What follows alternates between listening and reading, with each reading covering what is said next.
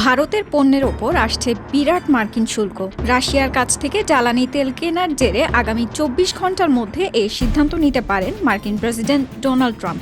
মার্কিন এক সংবাদ মাধ্যম সাক্ষাৎকারে তিনি বলেন, ভারত ভালো বাণিজ্যিক অংশীদার নয়। এই বক্তব্যের পর আন্তর্জাতিক বাণিজ্য মহলে ছড়িয়ে পড়েছে উত্তেজনা। সাক্ষাৎকারে ট্রাম্প বলেন, ভারত আমাদের সঙ্গে অনেক ব্যবসা করে, কিন্তু আমরা তেমন কিছু পাই না। এজন্য ২৫% শুল্ক আরোপ করেছি। তবে আমি মনে করি আগামী ২৪ ঘন্টায় তা উল্লেখযোগ্যভাবে বাড়িয়ে দেব, কারণ তারা রাশিয়ার তেল কিনছে। এর আগেও ৪ আগস্ট ট্রুথ সোশ্যালের এক পোস্টে তিনি একই হুঁশিয়ারি দিয়েছেন। সেখানে তিনি বলেন, ভারত রাশিয়ার তেল কিনে যুক্তরাষ্ট্রকে শুল্ক দিতে বাধ্য করবে।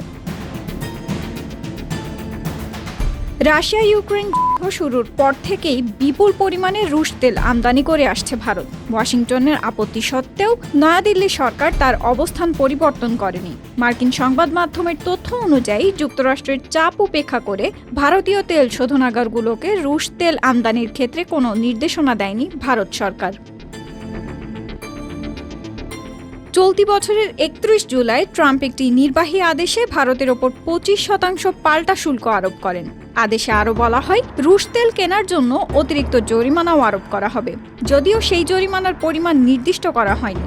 আগামী ৭ আগস্ট থেকে এসব পাল্টা শুল্ক কার্যকর হওয়ার কথা। বিশ্লেষকরা বলছেন, এই সিদ্ধান্তের ফলে ভারত যুক্তরাষ্ট্র বাণিজ্য সম্পর্কে চরম উত্তেজনা তৈরি হতে পারে। একই সঙ্গে আন্তর্জাতিক জ্বালানি বাজারেও এর প্রভাব পড়তে পারে। এখন দেখার বিষয়, ট্রাম্পের শুল্ক সিদ্ধান্ত বাস্তবে কতটা কড়াকড়িভাবে প্রয়োগ হয় এবং ভারত কী ধরনের পাল্টা প্রতিক্রিয়া জানায়।